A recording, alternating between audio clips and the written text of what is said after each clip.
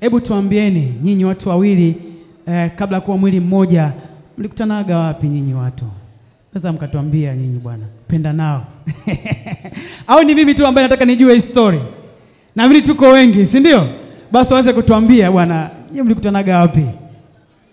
Tulikutana chuoni mwaka 2019 chuo cha uuguzi na ukunga Ndanda.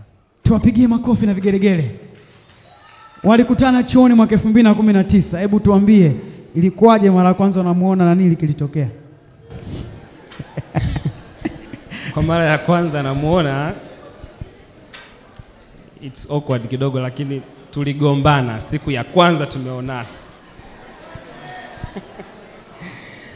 Yeye tulikuwa tuko kwenye burudani ya muziki.